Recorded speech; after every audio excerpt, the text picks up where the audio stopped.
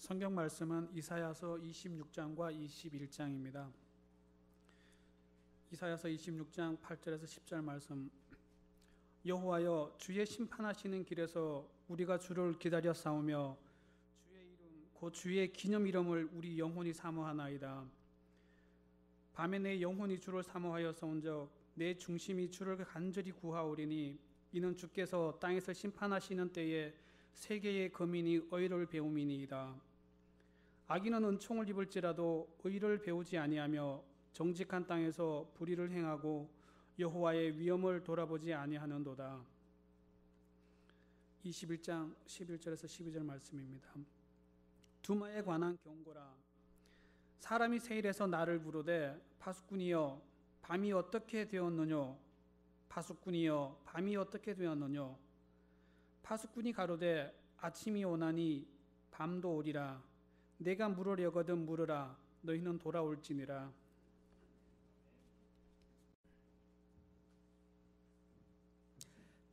할렐루야.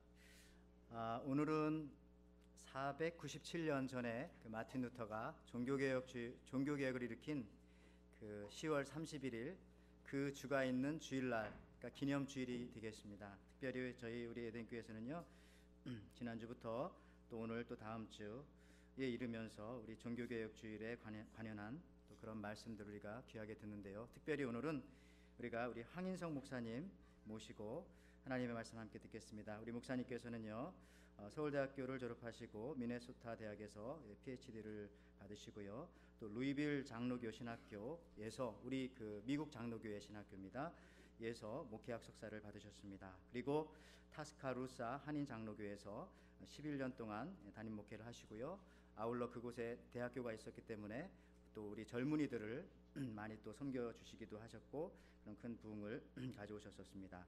그리고 노스캐롤라이나에 있는 한인 장로교에서 또 담임 목회를 5년 하시고 그리고 이제 은퇴하시고 이제 하와이에 오셨습니다.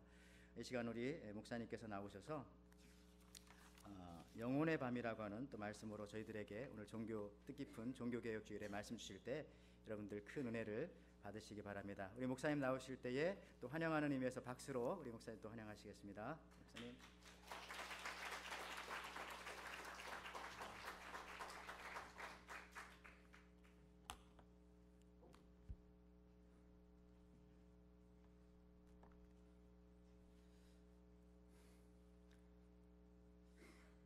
지금은 다 고인이 되셨지만은 우리나라 시인 중에 그 박두진 씨, 박목월 씨, 이 두 박씨가 계셨습니다. 이 박두진 씨의 시는 항상 아침이 주제인데 반해서 박목월 씨는 반대로 늘 밤이 주제였지요. 해야 솟아라, 해야 솟아라, 맑게 씻은 얼굴 고운 해야 솟아라. 이건 박두진 씨의 시고요. 강나루 건너서 밀밭길을 구름에 달 가듯이 가는 나그네, 이건 박목월 씨의 시이지요. 좋은 대조가 아닙니까? 박두진 씨의 그 아침의 시는 희망적이고 박진감이 있는 반면에 이제 박목월 씨의 밤의 시는 차분하고 정적인 것이 특색이죠. 우리가 성경 시편을 읽어볼 때도 아침의 시와 밤의 시가 참 그 특색을 이루는 것을 볼 수 있습니다. 예를 들면 시편 3편과 4편인데요. 이 두 편은 두 박씨의 시처럼 아침과 밤의 좋은 대조를 이루고 있습니다. 이 3편을 제가 한번 읽어보겠습니다. 내가 누워 자고 깨었으니 여호와께서 나를 붙드심이로다. 여호와여 일어나소서, 나의 하나님이여 나를 구원하소서. 주께서 나의 모든 원수의 뺨을 치시며 악인의 이를 꺾으셨나이다. 아주 다이나믹하지 않습니까? 아침에 일어나서 여호와 하나님도 깨우는 거예요. 일어나시라 강권을 하고 원수의 뺨을 치고 악인의 이를 꺾고서라도 나를 구원해 주세요 하는 그런 마음입니다. 그러나 그 다음에 시편 4편은 전혀 다른 분위기예요. 너희는 떨며 범죄치 말지어다. 자리에 누워 심중에 말하고 잠잠할지어다.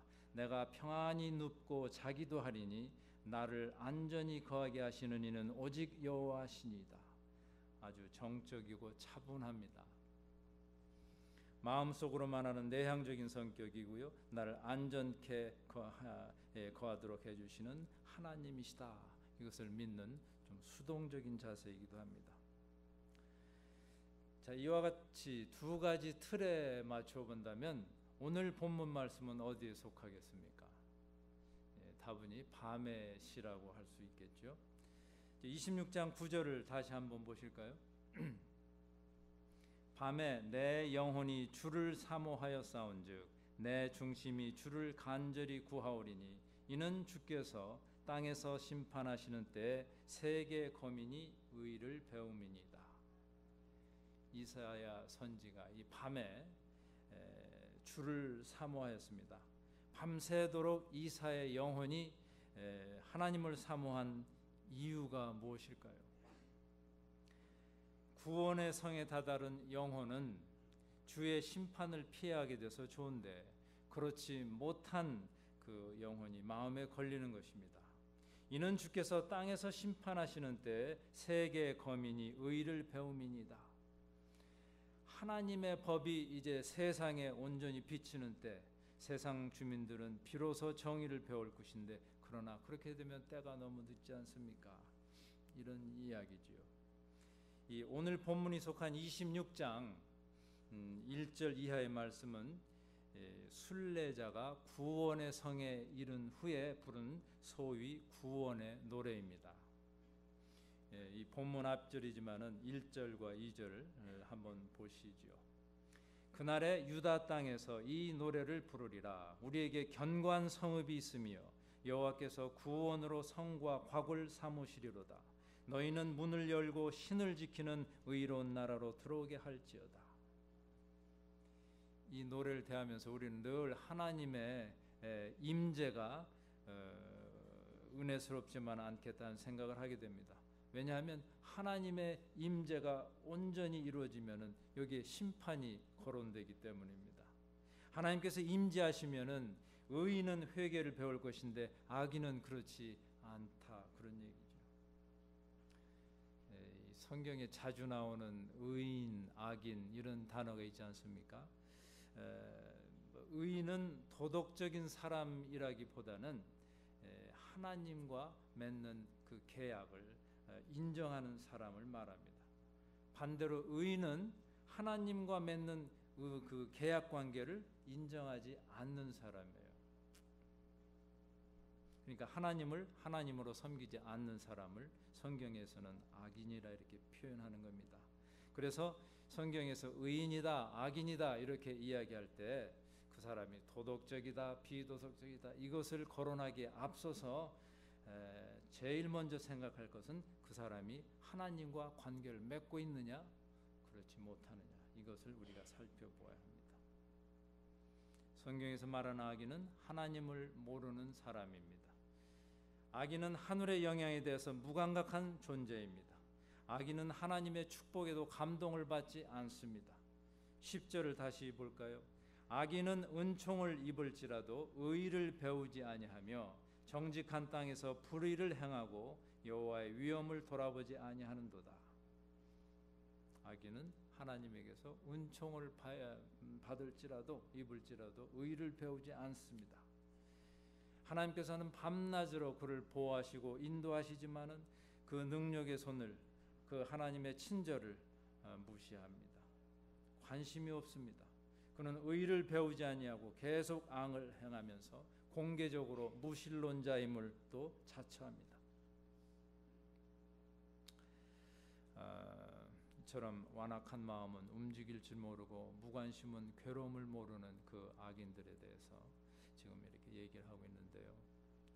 구원의 성에서 흘러나오는 구원의 노래에는 이제 구원의 확신과 그곳에서 얻을 영광에 대한 소망이 있습니다. 그러나 한편으로 이 악인들, 하나님을 모르는 사람들, 이 악인에 대한 깊은 연민의 정이 있습니다. 그래서 이 구원의 노래는 결국 하나님의 마음을 드러내는 그런 시이죠. 예수님께서 십자가에 돌아가실 때 하신 말씀 기억하시죠? 아버지여 저희를 사하여 주옵소서. 자기의 하는 것을 알지 못함입니다. 이것이 하나님의 마음이지요. 하나님은 모든 사람이 구원을 받고 진리를 아는 데 이르기를 원하십니다. 하나님께서는 모든 인간을 다 품에 안으시고 사랑하기를 원하십니다. 그러나 악인은 하나님의 이 마음을 모릅니다. 그래서 하나님은 짝사랑을 언제까지 하셔야 할는지 모릅니다. 이사야의 영혼은 이러한 하나님의 마음을 품고 밤새도록 구합니다. 주님, 세상 사람들이 심판을 날에 당해서 의를 배우려는 것은 너무 늦습니다. 어찌하면 좋겠습니까? 이처럼 폭넓은 기도를 하는 이사야가 우리는 부럽습니다. 우리도 이사야처럼 하나님의 마음을 가지고 믿음 생활을 하고 싶습니다. 그러나 우리는 원수를 사랑하라는 명령 받고도 가까운 이웃도 제대로 사랑하지 못하지 않습니까? 우리의 마음은 하나님의 마음을 품기에 아직 좁습니다. 이 주기도문 중에서요, 오늘날 우리에게 일용할 양식을 주옵시고 할 때 그 우리는 과연 누구를 가르치는 걸까요? 우리는 나와 내 가족? 아니면 내 교회? 그도 아니면은 좀 더 생각해서 그리스도를 믿는 사람 전부를 뜻할까요? 만약에 그렇다면 끼니 걱정하지 않는 교인들은 오늘날 우리에게 일용할 양식을 주옵시고 이런 기도할 필요가 없지 않습니까? 우리라는 말은 훨씬 더 범위를 넓혀서 우리의 범위는 전 인류를 포함해야 마땅합니다. 이러한 예에서 볼 수 있듯이 우리의 믿음은 상당히 개인적이고 또 이기적입니다. 그래서 안 믿는 이들이 예수장이들은 끼리끼리 논다 하는 비판을 할 때 우리는 다시 한번 생각을 해보아야 합니다. 그런데 여러분, 우리가 포용력이 적은 것은 결국 우리 개인의 믿음이 제대로 서지 않아서 그렇지 않겠습니까? 다시 말씀드리면 우리는 자기 스스로를 위한 기도의 분량도 다 채우지 못하기에 폭이 좁고 또 가난한 신자로 남아있다고 할 수 있습니다. 그러나 여러분, 우리의 영혼은 하나님께 꼭 나아가야 하고 우리의 영혼은 하나님과 반드시 연합해야 합니다. 이것이 우리를 향하신 하나님의 뜻입니다. 모든 그리스도인들은 이 신비스러운 주님과 연합을 하도록 요청받고 있습니다. 근데 문제는 초월에 계시는 하나님을 우리가 잘 알 수 없다는 것이죠. 그래서 과학주의에 철저하게 물든 현대인들은 하나님께 대해서 이 어떤 한계성과 무지함을 드러내지 않을 수 없습니다. 하지만 이사야의 믿음은 이기적이지도 않았고 폭이 좁지도 않았습니다. 어째서일까요? 이사야 선지는 영혼의 밤을 지난 사람이었기 때문입니다. 그리하여 그는 폭넓은 신자여 온 인류를 끌어안으려는 하나님의 마음을 가진 분이었습니다. 그래서 우리는 이사야가 거쳐간 그 영혼의 밤을 조금 자세히 심각하게 여겨보아야 합니다. 밤은 낮과 대립되죠. 진리는 거짓과 또한 대립됩니다. 이 세상에는 진리와 거짓이 언제나 공존합니다. 아침이 오리니 밤이 오리라. 역사는 되풀이되죠. 적어도 교회사에서는 그렇습니다. 부자 3대 가기가 어렵다고 하는데 성령 충만한 교회 역시 3대 가기가 어려웠습니다. 그래서 교회는 늘 흥망성쇠를 보여왔습니다. 쇠퇴한 우상이 되살아남으로 암흑시대가 다시 시작되고 어둠이 이 세상을 지배하게 됩니다. 이와 같은 현상은 개인에게도 마찬가지고요. 행복했던 시대는 불행의 시대로 변해가는데 이것이 곧 인생의 모습입니다. 그러나 우리에게 한 가지 소망이 있지 않습니까? 밤이 오지 않는 그날이 있다 하는 그 말씀이죠. 그날은 예수 그리스도께서 다시 이 세상에 오실 때입니다. 그날은 새 하늘과 새 땅이 열리는 날이죠. 그날은 믿는 자는 영생의 부활로 또 믿지 않는 자는 영벌로 부활하는 그 날입니다. 그러나 그날 가기 전에도 이 영생은 지금 여기서도 우리가 누릴 수 있습니다. 우리가 그리스도 안에 있을 때 이 영생을 누릴 수가 있지요.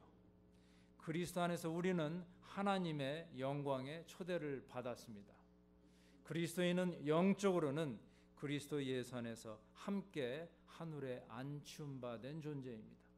그러기에 그리스도 예수를 믿는다는 것이 얼마나 엄청난 일이지, 얼마나 놀라운 일인지 모릅니다.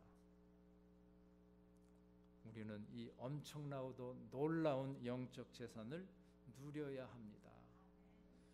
죄와 방심 속에서 오랜 잠을 잤으니 이제는 일어나야 할 때입니다. 자다가 깰 때가 벌써 되지 않았습니까?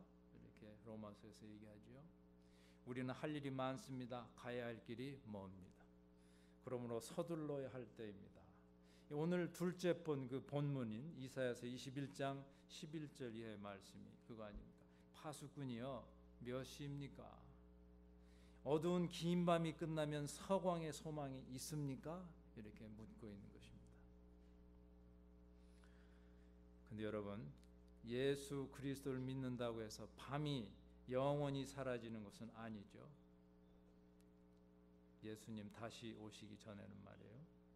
밤이 영원히 사라질 날은 주님께서 다시 오실 그날이고 이 세상에서는 밤을 지나야 합니다. 특히 하나님과 깊은 교제를 원하는 사람은 이 밤을 지나야 합니다.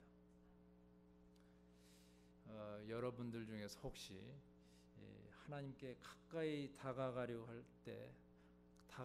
하면 할수록 더 캄캄한 그런 밤을 지난 느낌을 갖는 분은 안 계시는지요? 주님을 사모하면 할수록 임은 먼 곳에 계시지 않습니까? 여러분께서는 주님을 사랑하는 마음으로 몸부림쳐 보신 적은 없는지요? 여러분께서는 캄캄한 밤에 자신 홀로 버려진 듯한 느낌을 가질 때가 없습니까? 이러한 느낌들은 사슴이 시냇물 찾기에 갈급한 같이 내 영혼이 주를 찾기에 갈급합니다. 이런 고백을 하는 자가 갖는 거룩한 고통입니다. 오늘은 제가 종교개혁 관계서라 이제 중세 때 인물들을 몇 번 소개하려고 합니다. 그래서 16세기 영성가인 십자가의 성 요한은 소위 영혼의 어두운 밤이라는 표현을 씁니다.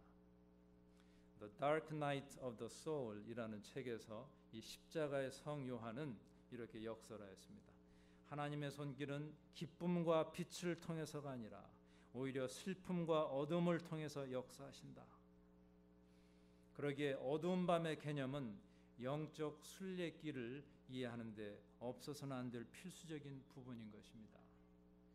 우리가 영적 순례길을 갈 때 하나님께서는 초보적인 단계에서 한 단계 높여서 더욱 성숙한 단계로 인도하십니다. 그때 우리는 소위 영혼의 어두운 밤을 경험하게 됩니다. 캄캄한 밤에는 아무것도 볼 수가 없듯이요. 우리가 영혼의 밤을 지날 때에는 우리의 생각이나 감각, 욕망 등 모든 것이 정지됩니다.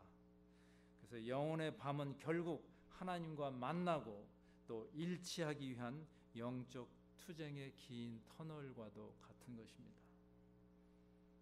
하나님께서는 이 밤을 통해서 인간의 영혼을 밝혀주시고 당신의 한없는 사랑과 지혜를 채워주시며 무한한 기쁨과 평화를 맛보게 해주십니다. 그러기에 이 영혼의 밤은 긍정적인 어두움이고 소망을 전제로 한 어두움입니다. 여러분께서는 이 영혼의 밤 저편에 계시는 하나님을 꽉 붙들고 싶지 않으십니까? 예수 그리스도를 나의 구세주로 받아들인 자에게는 그리스도의 영이 들어오시지요. 그러나 내 영에 들어오신 하나님을 내 마음속까지 모시기에는 긴 터널과 같은 장애물이 있습니다. 라오디게아 교인들은 이 사실을 몰랐기에 주님께서는 계속 저들의 마음 문을 두드렸지만은 결국 주님을 마음속까지 모셔드리지 못했습니다. 우리는 이 장애물을 통과해야 합니다. 주님을 내 마음에 모신다는 것은 결국 이 긴 터널을 지난다는 의미입니다. 만약에 여러분들이 이 긴 장애물이 있음에도 불구하고 거리적거린다는 느낌이 없다면 여러분들은 아직 하나님을 진정으로 찾지 않는 것이 아닌가, 이런 생각을 해봅니다. 그러나 꼭 기억하십시다.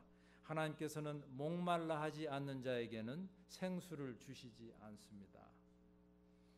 왜 우리가 형식적인 예배자요, 습관적인 기도자가 되기 쉽습니까? 왜 우리가 그리스도의 이름으로 모이면서도 그리스도의 능력과 권위를 갖지 못합니까? 하나님께서는 생기를 잃은 교회를 새롭게 일으키시는데 사용하실 일꾼을 부르십니다. 죽은 자는 쓰시지 않을 것이요 잠자는 자도 쓰시지 않을 것입니다. 오직 깨어있는 자만을 쓰실 것입니다. 깨어서 영혼의 어두운 밤을 지나는 자라야 쓰실 것입니다. 하나님 나라의 일꾼이 되려면 그리스도의 영이 있어야지요. 그러기에 아직도 그리스도 예수를 구세주로 또 주님으로 시인하지 않으시는 분이 있다면 하루속히 신앙 고백을 하심으로 거듭남이 있어야겠습니다. 또 예수님을 믿습니다만으로 만사가 해결된 게 아니라 거듭났으면 그 속사람이, 그 영이 그때부터 그리스도인으로서 자라야 합니다. 그리스도 안에서 갓 태어났으면 어서 신령한 젖을 먹고 무럭무럭 자라서 신령한 자가 되어야 합니다. 거듭난 영이 자라지는 않고 계속 투정 부리고 때만 쓰고 있기에 오늘날의 많은 교회가 힘을 쓰지 못하고 찢기고 상처 투성이가 되고 말았습니다. 하나님은 사랑이십니다. 하나님께서는 여러분과 저를 참으로 사랑하십니다. 그러나 그 사랑이 짝사랑이 되는 경우가 너무 많습니다. 우리가 하나님의 사랑에 제대로 반응하지 못하고 누리지 못하기 때문이지요. 우리의 마음이 하나님의 사랑을 느끼기에 너무나 굳어져 있어서 그렇습니다. 구주를 생각만 해도 내 마음이 좋거든.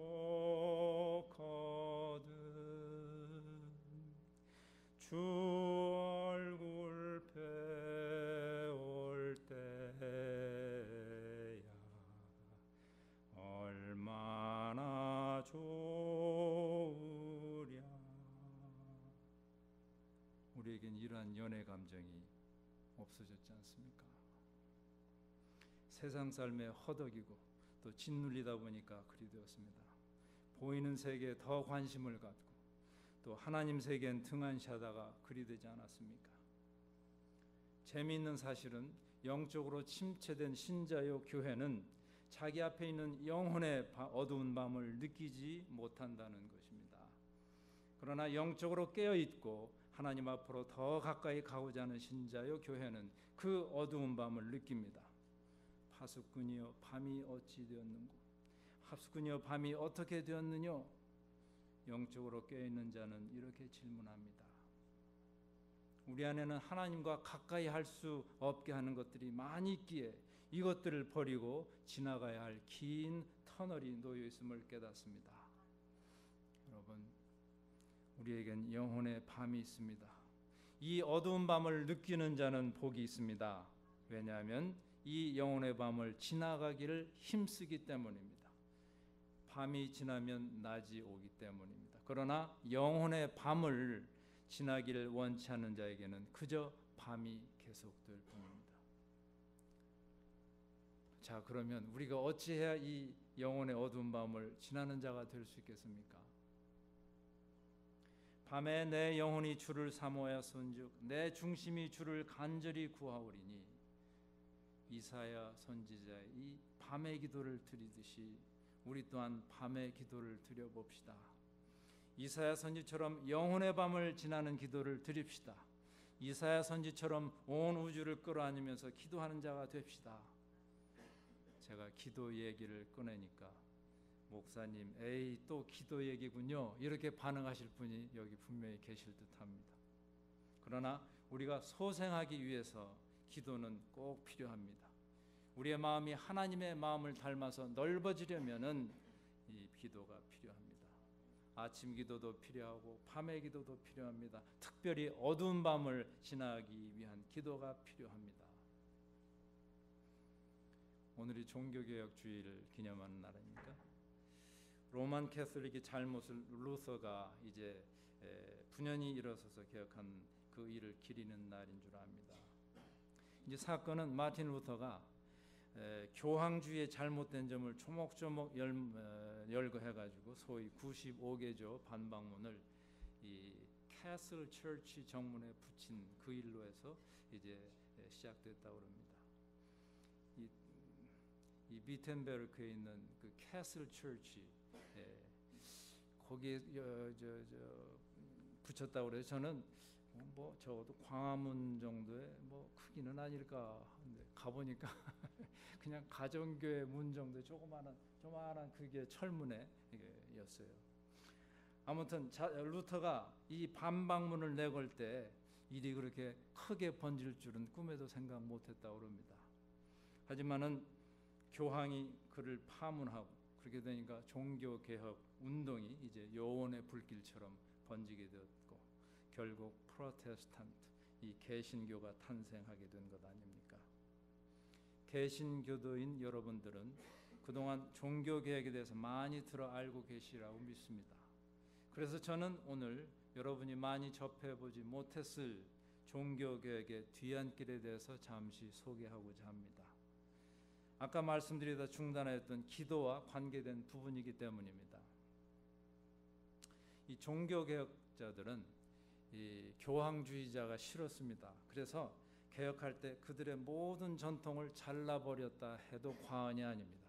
이 말씀은 잘라버리지 말고 놔둬야 했던 것도 잘라버렸다는 그런 얘기입니다.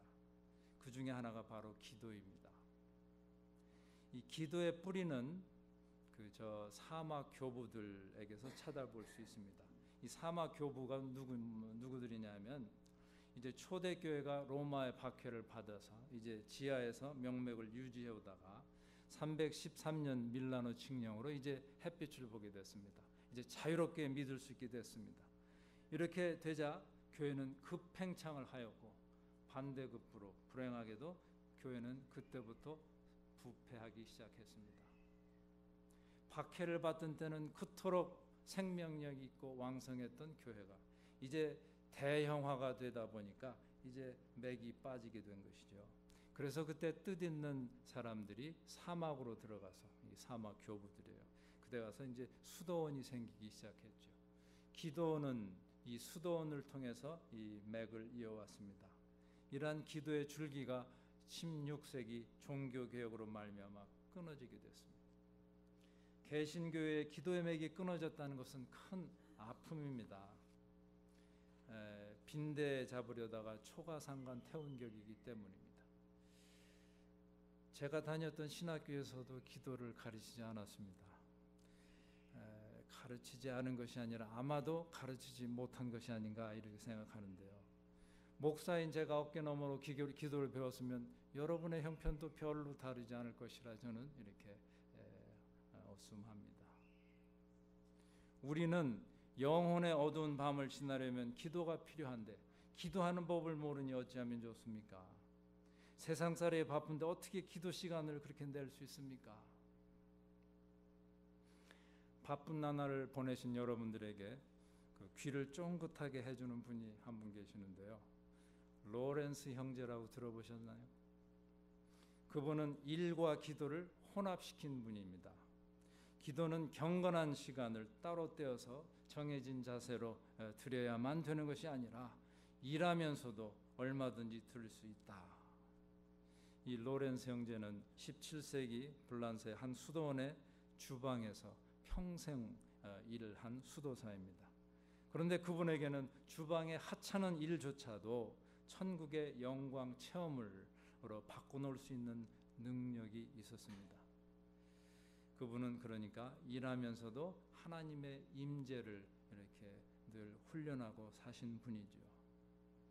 세상 일로 바쁜 오늘날 우리들에게 아주 귀한 힌트가 아닙니까? 그래서 저는 기회가 닿는 대로 한 가지 기도 방법을 소개해 드리고 있습니다. 일하면서 하나님의 임재를 늘 느끼는 방법. 여러분 중에도 많이 들으셨을 거예요. 예수기도. 요거는 제가 늘 시간만 나면 기회만 되면 이렇게 소개를 하는데요. 들어보신 분들은 복습하는 시간으로, 또 듣기만 하셨던 분은 실천을 다짐하는 시간으로 이렇게 되길 바랍니다. 이 예수기도는 14세기 동방정교, 그러니까 그리크 오소독스의 한 수도사인 팔라마스가 고안한 기도 방법입니다. 그 수도사는 이 성경을 읽다 보니까 쉬지 말고 기도하라 하는 얘기가 나오거든요. 이분은 순진하게, 아니 어떻게 쉬지 않고 기도하지? 잠도 자야 되고 밥도 먹어야 되는데, 이런 질문을 스스로 한 것이에요. 그런가 하면은 누가복음 18장에 보니까 세리의 기도가 나오죠. 저 자기 자랑만 하는 바리새 기도와 이렇게 비교되면서 이제 세리 기도가 나오는데, 감히 하늘을 우러러 쳐다보지도 못하며 가슴을 치면서 기도하지 않습니까? 하나님이여 불쌍히 여겨 주시옵소서, 나는 죄인이로소이다. 이 팔라마스 수도자는 이 두 군데 성경 말씀에 착안해서 이 예수 기도를 고안한 것입니다. 기도문은 딱 두 문장입니다. 하나님의 아들 주 예수 그리스도시여, 이 죄인을 불쌍히 여기소서. 간단하죠. 영어가 더 편하신 분은 Lord Jesus Christ, Son of God, have mercy on me, the sinner. 요것만 계속 반복하는 거거든요. 이거는 묵도이기 때문에 입술을 움직일 필요가 없습니다. 그냥 마음속으로 드리기만 하면 되는데, 근데 실상 잘 안 돼요. 한 5분 하기도 힘들어요. 잡념이 금방 들어옵니다. 그래서 자기 호흡에 맞춰서 해보시길 바랍니다. 숨을 들이쉴 때 하나님의 아들 주 예수 그리스도시여, 내쉴 때 이 죄인을 불쌍히 여기소서. 신선한 공기를 들이마실 때 어떤 기분으로 하시냐면, 내 주위에 있는 하나님으로부터는 에너지, 우리 한국인들, 동양인들은 쉬워요. 기라는 얘기 잘 이해하잖아요. 하나님으로부터는 기를 받는다는 기분으로 들이쉬면서 하나님의 아들 주 예수 그리스도시여, 내쉴 때는 나쁜 공기를 내뿜면서 그 공기뿐만 아니고 내 속에 더러운 것들, 지저분한 생각, 정서의 쓰레기들 다 뿜어낸다는 생각, 기분으로 또 내쉬면서 이 죄인을 불쌍히 여기소서. 이걸 계속하는 겁니다. 일하면서, 운전하면서, 설거지하면서, 뭘 하면서. 이 예수기도는 쉬지 말고 기도하라는 말씀을 실천할 수 있는 아주 좋은 방법입니다. 예수기도는 내가 늘 주님과 함께하고 있다는 자세를 지키는 방법이죠. 그리스에서 만났던 한 수녀에서 들은 얘기인데, 자기 동료 수녀가 밤에 잠꼬대를 하는데 예수기도를 하더래요. 그 정도만 되면 정말이지 그야말로 주님을 내 안에 모시고 사는 경지가 아닐까 생각합니다. 많은 분들이 바빠서 기도할 시간이 없다고 불평하시죠. 그렇다면 여러분의 자투리 시간을 이용하셔서 하나님과 교제, 하나님의 임재를 훈련하시길 바랍니다. 동중정의 자세로 일하시면서도 주님과 내가 하나가 되는 그런 삶을 실천해 보시기를 강권합니다. 여러분, 우리를 사랑하시는 하나님께 우리의 마음을 바치지 않으시렵니까? 영혼의 밤을 지나기를 애쓰면서 내 영혼이 주를 사모하지 않으시렵니까? 영혼의 어두운 밤 끝에는 하나님께서 햇빛보다 더 밝은 얼굴로 우리를 맞으실 것입니다.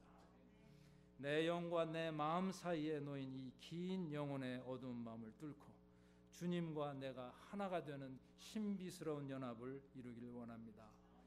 내가 하나님의 영광에 동참해서 천국의 평안과 기쁨을 또한 누리기를 원합니다. 아무쪼록 내 앞에 영혼의 어두운 밤이 놓였음을 깨닫고 이 긴 터널을 지나서 빛 되신 하나님을 만나길 소망하며 쉬지 않고 기도하는 여러분과 제가 될 수 있기를 간절히 기원합니다. 기도드리겠습니다.